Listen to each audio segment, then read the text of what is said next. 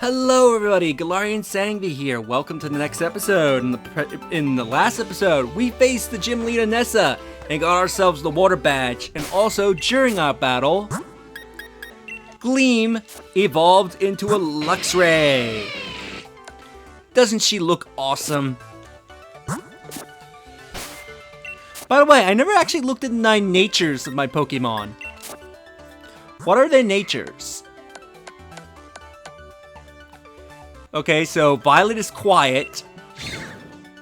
Titus is gentle. Kara is also quiet. And Gleam is quiet. So like three members out of my team are quiet nature.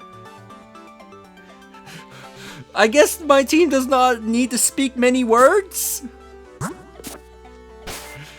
And Titus is just really relaxed. Do not keep the chairman waiting. Head to the seafood restaurant, the captain's table. So you will not forget the chairman's face, I will give you one of his lead cards. We got Rose's lead card. I don't know if Chairman Rose's face would be that forgettable.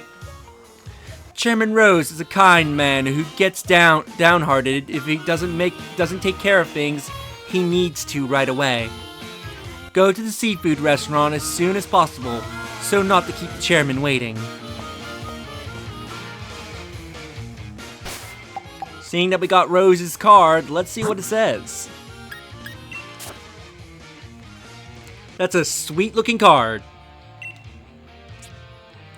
Mr. Rose is in fact a talented trainer, coming in second place for the past Challengers Cup.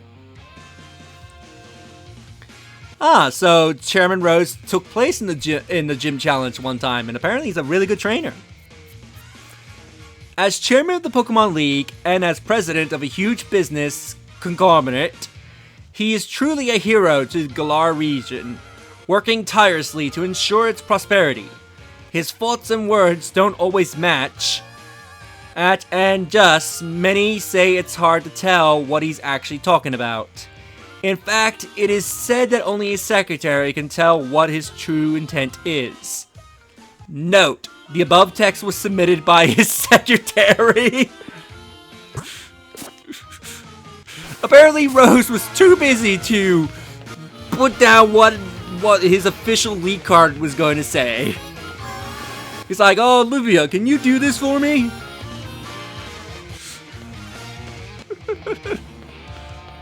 It's actually kind of funny when you think about it. Now, first off, I want to go to the market, because down here there's an item we missed. A magnet. I can't believe I missed this. An item to be held by a Pokemon. It's a powerful magnet that boosts the power of electric-type moves. Let's put that on Gleam. I am surprised. I didn't think the magnet was here, but I was surprised that I missed it.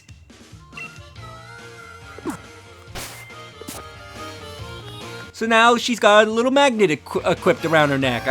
I would figure like it's probably like tied on a little string that makes it hang around her neck. Although I would sort of say the same for the Rose Incense, although I don't know how you would properly equip it. On a Leafeon. I might ask a friend of mine to maybe do art of it after I'm done with its Let's Play to see how that would look. And Titus would be the same thing. Like, how would it be holding the charcoal like around its neck? That's what I believe is implied that happens with the Pokemon. You just tie like the item around the Pokemon's neck, like make it like a necklace. Anyway, let's go have our dinner.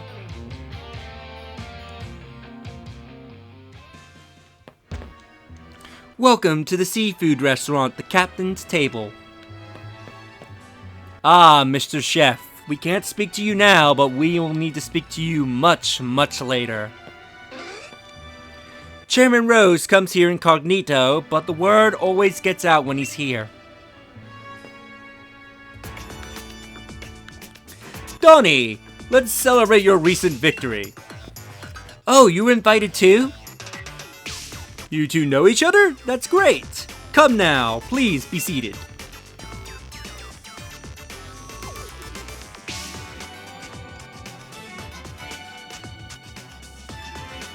Hellberry is a seafood town.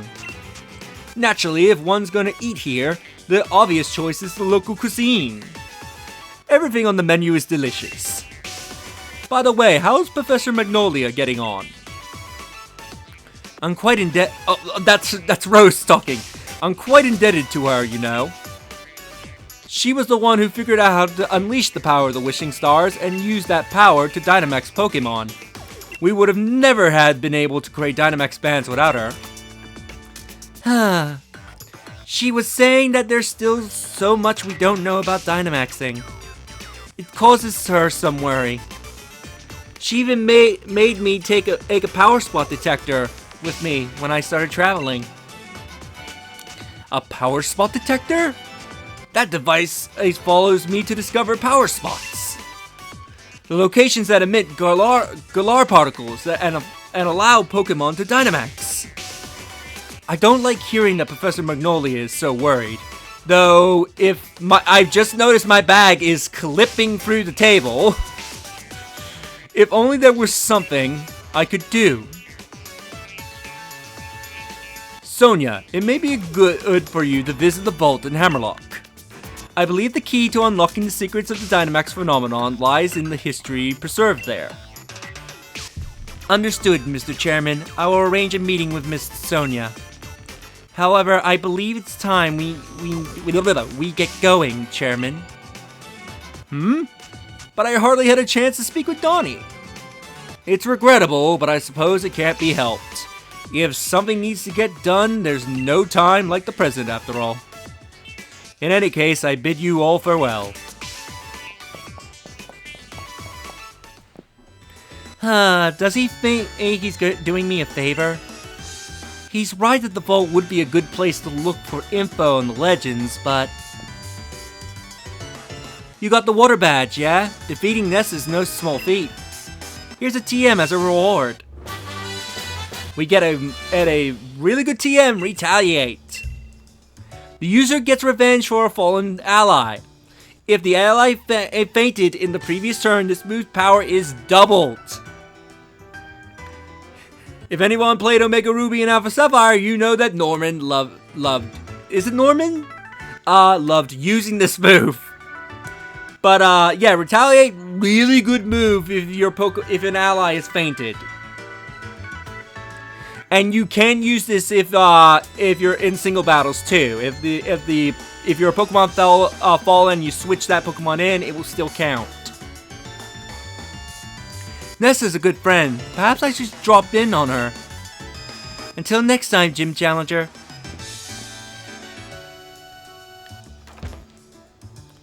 You say the same thing. I love that the counter here is like a little boat. Alright, mate. You both got the grass badge and the water badge by now, right? Hop, how did you know I was here? Like what, did Sonia call you up on the phone and be like, hey, we're eating seafood. Wait outside the door. How did you know I was here? In that case, we'll both head for Motorstroke and the fire gym leader, Kabu. How about I share with you a little tip about the leader, Kabu? From what I heard, he's holed up now in the Galar Mine number 2, undergoing some special training. If he's in there, we can't take him on even if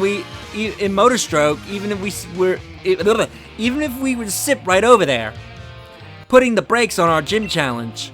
So I say we head to Galar Mine number 2 ourselves. Let's go see what all the fuss is about.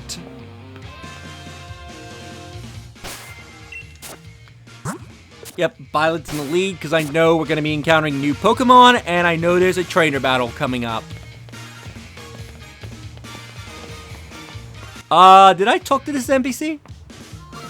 When you see one of those giant Pokemon while fishing in the wild area, it feels like it's either catch or be caught.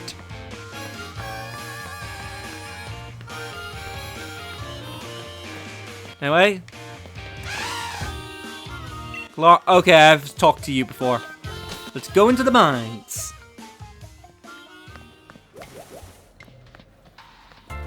Bunch of Pokemon. Ooh, I want to sneak around and get you. Wimpod. Do not let it see you when you approach, otherwise it will run away really, really fast. Also, quick note, make sure you have a quick ball when going after Wimpod, because its ability is Wimp Out. If it gets below half of its health, it will run away from the battle. So make sure you have a quick ball. It makes catching this thing oh so much easier. Because if you don't try to catch it with a quick ball, then you have to battle it without trying to weaken it. Now, as you can imagine, that can be a bit of fun. Violet leveled up to level 30. And also, she's evolving!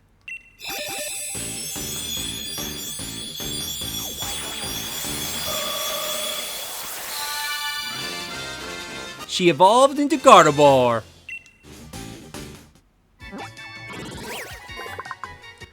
Whoops! Almost knocked my mic over.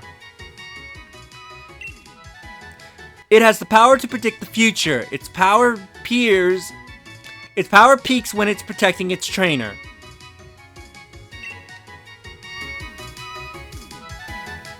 And Violet wants to learn Dazzling Gleam.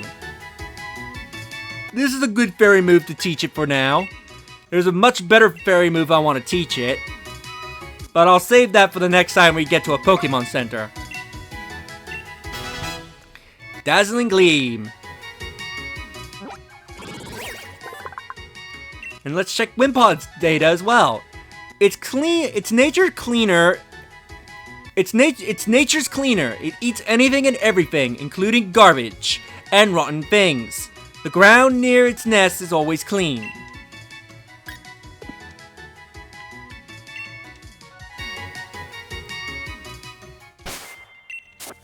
Let's capture these Pokemon around here, and then we'll proceed further in the mines.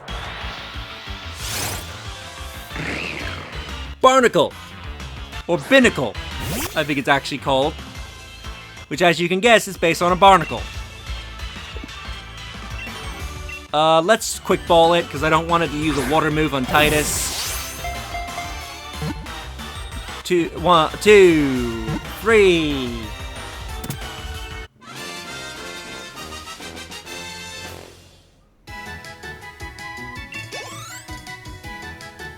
Ooh. A bit warm tonight while I'm recording this.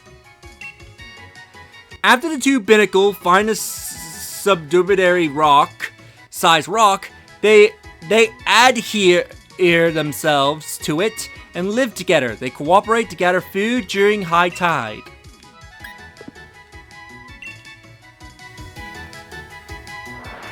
And next Pokemon, Shuckle. Which Shuckle is a weird Pokemon. It has amazing defenses, which is why I am going to capture it right away, so that way I don't have to have the battle drag out. It has amazing defenses, but worse stats in everything else. Like, this thing can take hits, but it cannot dish out hits. It's very well. Also, it gives a lot of XP for some reason. It stores berries inside its shell. To avoid attacks, it hides beneath rocks and remains completely still. Now, if I remember correctly, Shuckle has a hidden mechanic where if you give it... I want to say if you give it a berry of any kind, after a while, if it's in your party and it's holding a berry, the berry will become berry juice, which can be used to heal, I believe, like 30 or 40% and 30 or 4 or hit points of damage. And if it holds on to that berry juice for even longer, I believe it can turn it into a rare candy. This is something that I've heard. I've never experimented it with myself, but it is believable. Since I believe in the anime, I remember in the anime, it could like turn berries into juice. So, speaking about it, it had berry juice on it.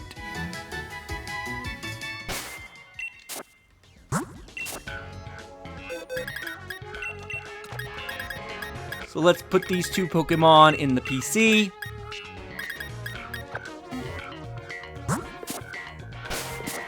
And get deeper into the mines. You again.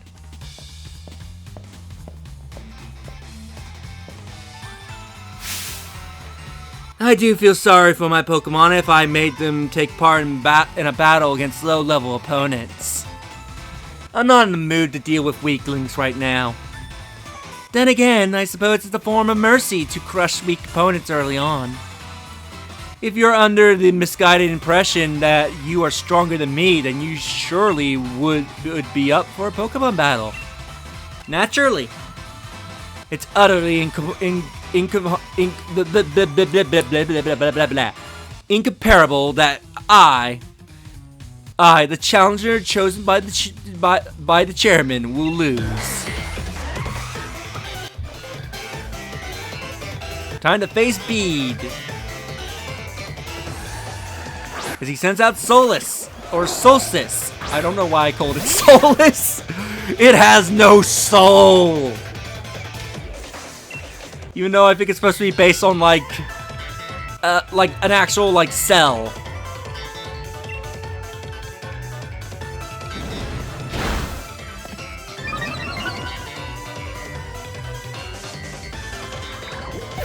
Down it goes. Looks like you've grown a bit. Only a little bit though. Titus gets to level 31. Gofarita.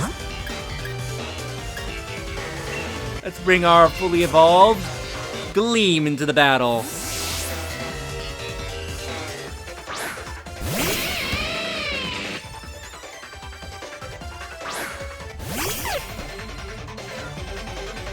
Intimidate.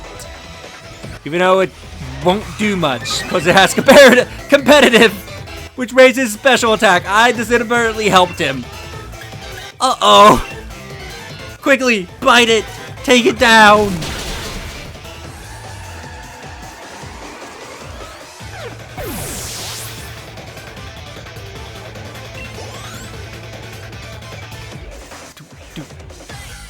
Hatterena.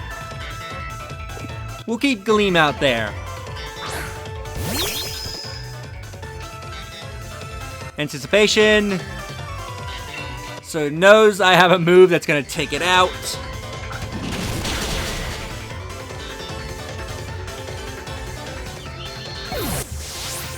Down it goes.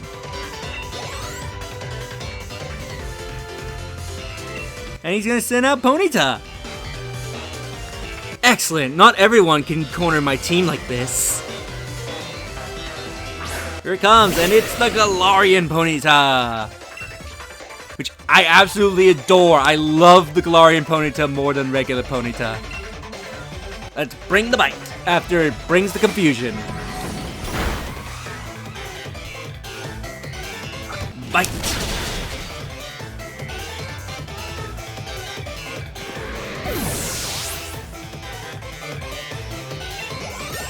And Gleam's level 31.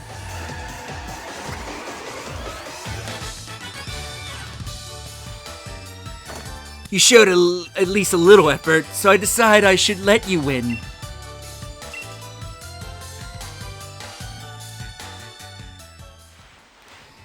Pardon me. It seems I must take back my words. You're not weak, just lack of talent. Your chances of completing the gym challenge are pretty slim, I must say. Here, I'll give you this. Something to show you at least tried. We got Bede's lead card. Now, where should I go next to collect wishing stars?